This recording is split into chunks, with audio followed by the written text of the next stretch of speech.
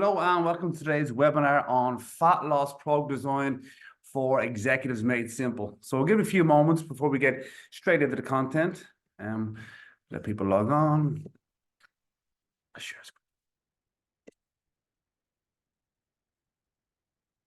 So just a quick update. I'm doing a series of podcasts with different experts in the build up to our Superhuman Summit, which is basically one day of people seeing Dr. Eric Serrano in this clinic here in Malahide in Dublin. Then we have a location across the way in the ISI Centre of Excellence where we're going to have a workshop between 30 to 50 people. If it goes above the 50-person mark, we have the Grand Hotel up the road on standby for day 2, which will be a series of presentations by myself, Brian Peters, who's a performance expert in relation to breath work, recovery, sauna therapy, Brett Holes, oxygen therapy. He's a phenomenal guy. He's a former NFL athlete and now performance coach. So he's coming over from the States. We've Dr. Serrano, we've Adam Moore, Robbie Bennett, and myself. So it'll be a good, full-packed day. And then the third day, we're going to do a much more practical component. We're going to have saunas here, ice tubs. We're going to do breath work. We're going to do rehabilitation, some hypertrophy training, some strongman training. That'll all take place in the third day. So day 1 will be in the clinic with Eric. Day 2 will be a series of presentations, all theory-based, and day 3 will be more of a practical day down in the gym. So I hope you guys can join us, and over the next few months, what I'll be doing is interviewing different experts that have assisted many, have helped me out over many years in relation to osteopathy, hormone replacement therapy, food allergy testing, blood chemistry, psychology, coaching, business development. So I'm going to interview these guys, going to make it nice and short, 20 minutes. And I'm always conscious of people's times, particularly nowadays, people's attention span is shorter. So we try to keep these workshops nice and short. So I have a link on the Own Lacey Education. It's called the Superhuman Interview Series. So check it out. I'll put some of the small reels onto Instagram, but the whole presentations will be there if you guys want to watch them at any point to get some value for you and your clients. Okay, so let's get straight into the content then. Whoever's on can appreciate it, and then we can maybe put the recordings up later down the line. So I did a survey and I asked people what topic they would like covered today. And today's topic is fat loss program design for the executives made simple. And one of the things I find is a lot of people, when they come from the S&C background or the strength and conditioning background, and they come into training executives, they see it as an executive athlete. And in order to properly get the adaptation from a training program, it's imperative that we know the recovery capabilities, the resilience of the actual client, the nutritional status, their sleep, and so on. So although a program may seem optimal from a reps, sets, tempo, parameters point of view, it may not. The volume may be too high or too low for that particular client. The frequency of training, the body part split, the cardiovascular component, the mobility component, the time and attention, the dynamic movement, all may be a little bit overwhelming to that executive client. So it's fundamentally important that when you train an executive, it's different than training an athlete. Every program needs to be personalized, and that's what we're going to talk a lot about today. What I have is launching on April 12th. Is a mentorship membership program where what I do is I sit down with people individually. I find out what their goals are in relation to business, whether it be education, training, business development. And then we have ongoing coaching throughout the month. So we have one session in the middle of the month and then another session at the end of the month and then ongoing support throughout the month. So if that's something that you're interested in. It's going to be a small group of people, but there's topics like this that we cover in depth. So if any of this language is a little bit too much or you're more interested in finding out more, all the presentations and the workshops will be bespoke to the members that are involved in the group. It'll be a small group of people, one-on-one coaching during the month, a group coaching at the end, and ongoing support during the month in conjunction with, again, guest experts, newsletters, special webinars specific to the membership group. So that's something that you're interested in. A very small number of people. Just scan the QR code there or even share it on Instagram if anyone you know might be interested. So when you coach executives need professional coaching, not entertainment or education. And what does that mean? What it means is I see Dr. Lane Norton, who's a colleague of mine involved in the International Society of Sports Nutrition. I see his videos online. I see all these other videos saying it's all about the calories in, not calories in, calories out model. And that's true. 100% works. The problem is when you're dealing with executives, it's not the lack of education that's the problem. It's not the entertaining program. When you go to the gym, they're doing fancy exercises. That's not what's going to move the needle in the right direction. People know they should eat less. People know they should move more. People know this. So the question is that this isn't a magic wand situation where we don't know what to do. We all know what to do. Our clients know what to do. It's the accountability, it's the coaching, it's the habit change, it's the behavior change that's going to move the needle. So yes, I believe that the calorie model works. Yes, I believe that some people may have hormonal imbalances, not other stuff. I get that. But what we're trying to do is coach the person, support the person, educate the person, but instill habits that they're going to abide by and they're going to put in place. So if I share anything with you over this whole webinar today, the key thing is by coaching your clients, they become accountable to you. By coaching your clients, you get them closer towards their goal. By coaching your clients, you can help them put together the best plan that suits them, rather than just doing fancy training in the gym, maybe strongman training, maybe it's CrossFit training, maybe it's Hyrox training, and that's all well and good from a training point of view, and they get entertained and they enjoy doing that, but doesn't move it closer towards their optimal health and well-being goals. You can educate your clients, but I've very rarely, we talk a lot about vitamin D and intravenous vitamins and NAD plus, and we get quite in depth into testosterone and thyroid medication if that's needed. And sometimes that is a component, but a lot of times it's building better habits, it's building better behaviors, and it's winning the day. Every day, winning the day to the next day to the next day. And if you do that, you're going to have far better impact from a health and well-being point of view for your executive clients. Your retention will go through the roof, your referrals will go through the roof, and your business will be known as an expert coach that is on hand to support, educate, entertain, but most importantly, coach them along the journey. So the best investment that we can put in is time. So the best investment we can is always time. So when you're making an investment into anything, time is the most important. So whether it be your education, whether it be financial, whether it be fitness, whether it be well-being, the more time you put into it, but that time has to be best well spent. And this is the key thing when it comes to investing in time. You can be in work for 8 hours, but not having 8 hours of productive work. You can be in the gym for an hour sweating, but that doesn't necessarily mean that impact of sweating for that hour or 2 hours is going to have the best impact in your body. So when we train executives, we're looking at what is the return of investment that we're going to get from this client. So if somebody trains in the gym 5 days per week, and I say this all the time, we call it the 2.9% rule. If your clients train in the gym 5 sessions a week, 5 hours a week, that represents 2.9%. On average, it'll pay to 3% a week. Can you see that most of your clients probably don't train with you 5 days a week? Then can you see that what you do in that 2.9% or 3% of the week, how that impacts their entire week? It's negligible. So it's very important that during this time, we instill, we adapt, we enhance the health of that executive to have a greater impact on the rest of the week. So as a professional coach, you're not only conditioning your client from a mobility, from a strength, from a body composition, but we're educating them into what they need to know, but we're activating them. They leave the gym knowledgeable, educated, clear on their directives, if you want to call it directives, and objective, what they need to cover for the rest of the week. And when you start to impact in the blue, that is when your business goes to the next level.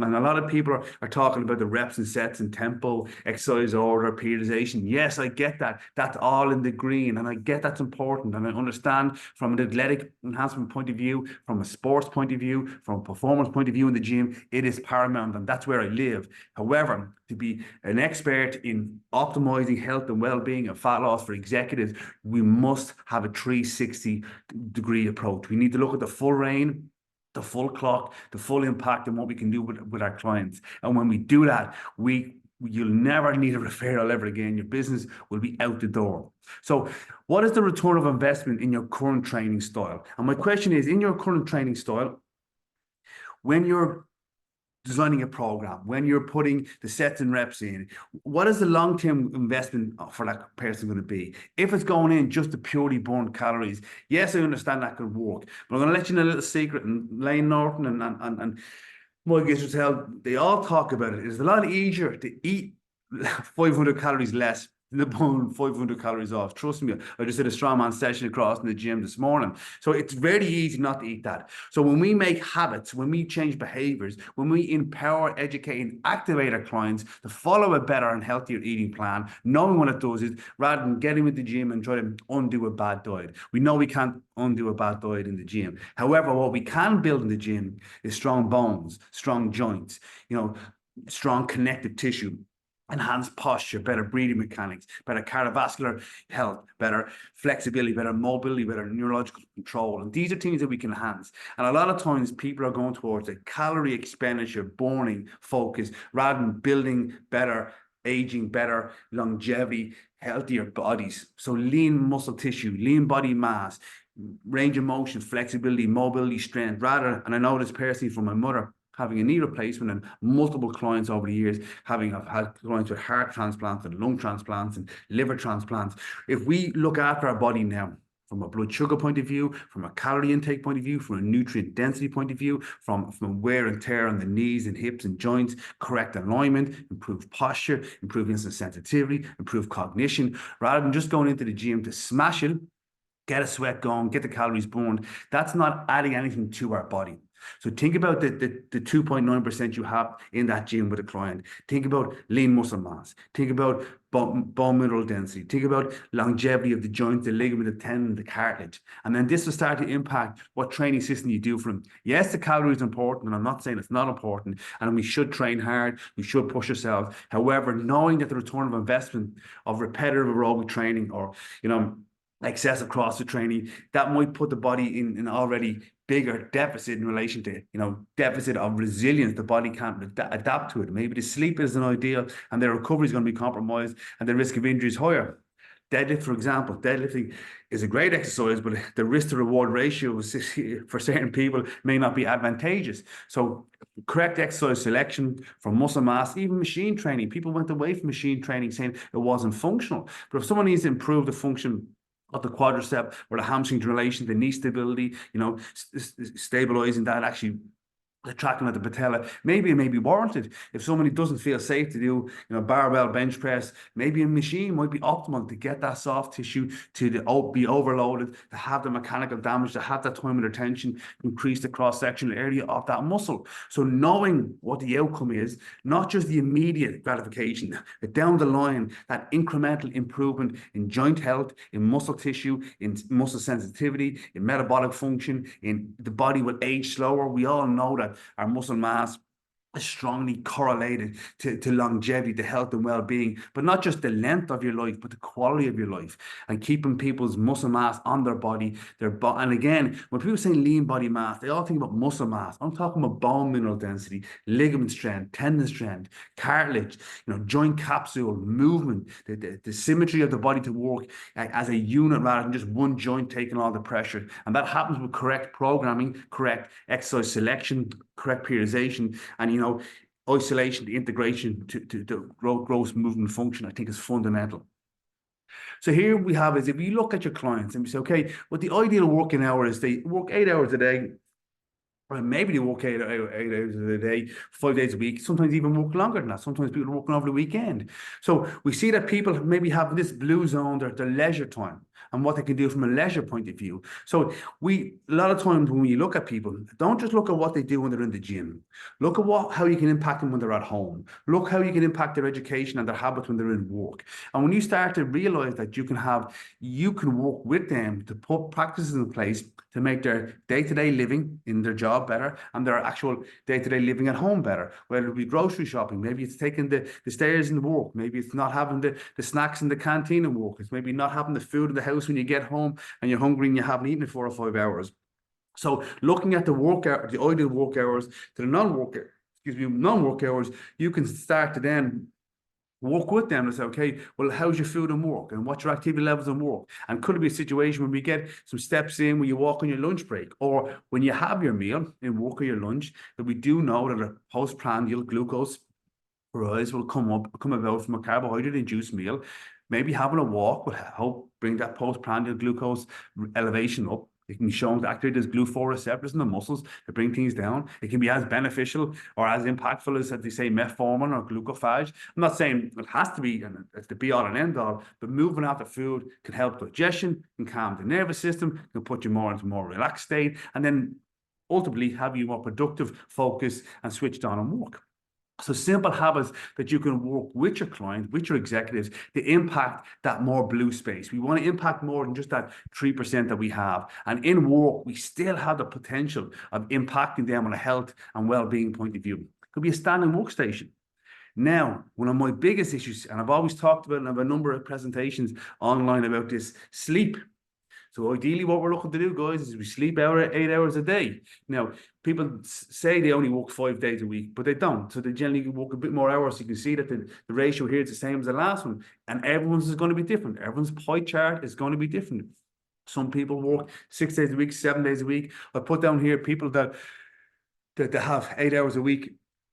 8 hours of sleep a night, 7 nights a week is 56 hours. You see here it's 33%, but I know hand on heart, most of my clients are getting maybe 6.5, 6 hours of sleep a night. And sometimes that's interrupted with kids.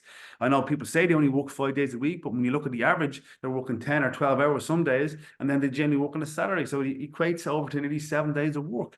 So what can we do to help someone sleep? Can we get them to have longer sleep time? Can we have them have better deep sleep? Could we get even work on their routine before they go to bed or when they get up in the morning? Could it be meditation? Could it be melatonin? Could it be magnesium? Could it be mouth taping? Could it be a multitude? Could be a CPAP machine they have. So by identifying a big impact on people's sleep, and what I can say from a metabolic point of view, from a hormonal point of view, from a physiological and psychological point of view, if you can enhance sleep, enhancing someone's sleep or improving someone's sleep that's poor will have a real positive impact on many, many, many different functions while you're awake. I'm not saying that it's the be all and end all. It's the problem of you not being healthy and fit and function optimally. But if your sleep is compromised, it is definitely having an impact on your day-to-day routine.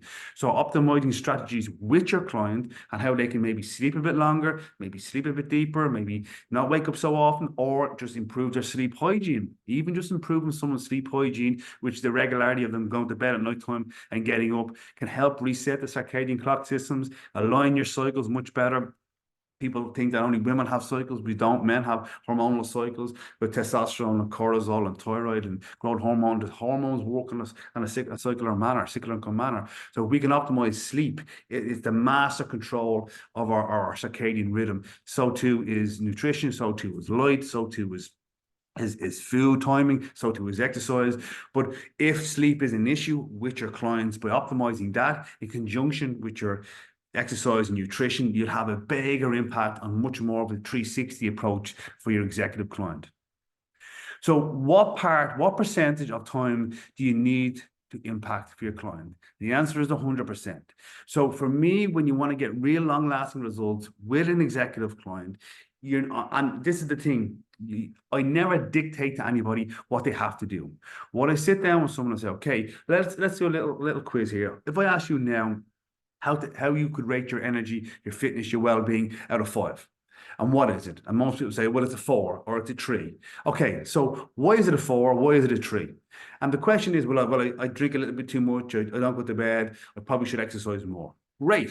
So you've self-identified, you've self-scored and self-identified 3 major areas why you're giving yourself a 3 out of 5, not a 5 out of 5. So it was drinking too much. Well, what can you do to help? From the drinking point of view, well, I only drink 1 day a week. Well, what day are you going to drink? I'm going to drink Friday night. Okay, what are you going to drink? 1 bottle of red wine. Okay, that's what you're going to have. Great, let's go with that. Now, your sleep, what are you going to do with your sleep? And let them come up with the plans. So by the end of the conversation, they've reduced their alcohol, they've nailed down when they're going to sleep, and they've maybe said, I'm going to get 2 sessions in with you all, I'm going to get 2 games of tennis, I'm going to go for a long walk at the weekend. Brilliant. Now they've made it. They've identified a problem. They've self-scored themselves. They've come up with a plan, and they've said that they're willing to implement it. You haven't done anything. So by you asking your client to identify roadblocks or challenges or areas that need attention, and then often you come up with a plan, you can then start to tweak things. But by them saying they're going to have 2 sessions with you, 2 sessions of golf, 2 sessions of tennis, sorry, and a long walk at the weekend, they've come up with that plan. So they're more open to following a plan that they've designed rather than a plan that you designed. Now you can start adding on. You can say to them next week, well, how are you feeling now? Actually, I feel amazing. I felt good playing tennis. The walk really was good for me. Not drinking. I wasn't groggy the weekend. I lost a little bit of weight, my inflammation was down, and then we get momentum, and then we can build on that. Now, if someone says, no, I want to drink 7 nights a week, well, then obviously you might have to intervene in some capacity, but you're working with them. In conjunction with your client, you're putting together a plan to optimize everything. And when you do this, and I've done this for years with clients, and I've learned the hard way, just nailing clients to eat less calories, nailing clients to train more. It's all well and good, but it's only a small impact. When you can educate, motivate, support your client, and coach them through the process, you're going to have clients for longer. You're going to have a long waiting list. You're going to be more successful in your job, and you'll find yourself even getting, better from a coaching point of view, better from a behavior change point of view. Maybe linking in with experts that optimizing hormones or optimizing sleep therapy or cognitive behavioral therapy, or maybe psychologists, that you might identify there's a roadblock with this client. This is out of my wheelhouse, that I'm going to leverage my network or grow your network of experts so you have go-to people. The same way we all have a go-to dentist or a go-to mechanic. There's no reason as you as a trainer, as a coach, as a business, as a gym owner, you can have your osteopath, your dentist, your psychologist, your chiropractor, your hormone doctor, your digestive health guy, your blood chemistry person. So you have a whole plethora of experts in your network that you can align and facilitate your client moving forward. And let's be honest, it's all about the client. It's not about you. And when you're client focused and result orientated, but your personalized approach, that makes you an excellent expert, an excellent professional. And that's when your business will reach new levels. So again, this is an ongoing evolution. I study all the time. I leverage my experts that I study with and do consultations and learn from them on a regular basis. If you're looking to get involved in the mentorship membership program, again, it's going to be a limited small group of people. This won't be a big thing. It'll be a one-on-one consultation during the month that's recorded, that's bespoke to your goals, whether your business goals, your education goals, your team goals. You want to diversify your business, you want to expand something else in your business, or you want to learn more about hormones or training or blood chemistry or gym design or corporate wellness, you let me know. We can make those workshops and those individual presentations for you. Then we have a group workshop at the end where there'll be certain topics covered relevant to the topic that was covered that month. There'll be additional questions and answers day that time. There'll be support throughout the month. There'll be newsletters. There'll be specific webinars towards your particular goals. And also we'll link in experts from my network to facilitate and support you in specific to what your goal may be. So if you're interested in that, guys, please do let me know. The closing date, and that is the end of this month. That's the 4 days. April 12th will be the 4 days that we conduct one-to-one consultations. But again, they can be flexible based on your schedule. So a few little takeaways when it comes to program design. So that's ultimately what we're looking for. When people think program design, they think of sets, reps, and tempo, which is okay, which is fair enough, but you're much more than a coach in the gym. You're an overall health coach that needs to look at different components to have the best impact for your client. So for me, I focus more on functional hypertrophy and hypertrophy training parameters. What does that mean if you're not familiar with those terms? I like to focus on a rep range of maybe 5 up to 20, that I don't necessarily need to do massive high endurance levels. I don't necessarily have to do super low reps. I can, on occasion, do that, but by doing stuff like this, we are enhancing cross-sectional area, we're enhancing the central nervous system, we're improving joint function. I go from compound lifts to isolation lifts. I like an undulating periodization model where I go from accumulation to intensification modules. I'm sure you've seen it before. If you haven't, I've got a few courses online in relation to corrective exercise and program design. You can check them out. Then when I do interval training, so interval training and HIIT training are not the same thing. So HIIT training is high intensity interval training. The intensity is key when I talk about that. So you need to know the zones, the wattage, the power output. Then I like to work a lot of zone 2 cardio style training. That can be light jogging, light cycling, maybe a little bit of hiking and so on. But the goal is that it's built into the plan. So if we look at all the characteristics we're working on, the muscular system, the central nervous system, we're working on the cardiovascular system. Number 3 there is optimal mobility and flexibility. You only need to see someone recover from an injury or a surgery And then you know the importance that the mobility, stability, and flexibility, how important that is. And if I'm completely honest, if we were to list down cardiovascular fitness, muscular strength and size and flexibility, a lot of people are very inflexible, and it's the easiest one to get. If you stretched every day for the next 2 weeks, you would massively improve, like, percentage-wise, you would significantly enhance your flexibility. But if you trained every day, for the next 2 weeks for hypertrophy, you wouldn't see massive changes unless you're a super novice. Cardiovascular wise, you might see a bit more of an improvement from a cardiovascular point of view biochemically, but flexibility, if it's done on a regular basis with the correct intensity and the correct sequence, you'll have some substantial improvement in a very short space of time. Number 4 there is programming outside of the gym is the game changer. So not looking at the 2.9%, although that is essentially important, we're trying to have a bigger impact on the broader decision making, the activity levels, the sleep, the nutrient intake, the lifestyle habits outside of the gym to have a bigger impact on the trajectory of this person's health and well-being. And the last thing there is performance reviews and coaching, not education, is key. So sitting down with your clients on a regular basis, reviewing where they are, I call it the health sat nav, and then coaching them to move forward and progress with their goals, not just saying, do this, do this, do this. Do this, do this, do this doesn't work. It does for an Instagram post, it does for Facebook,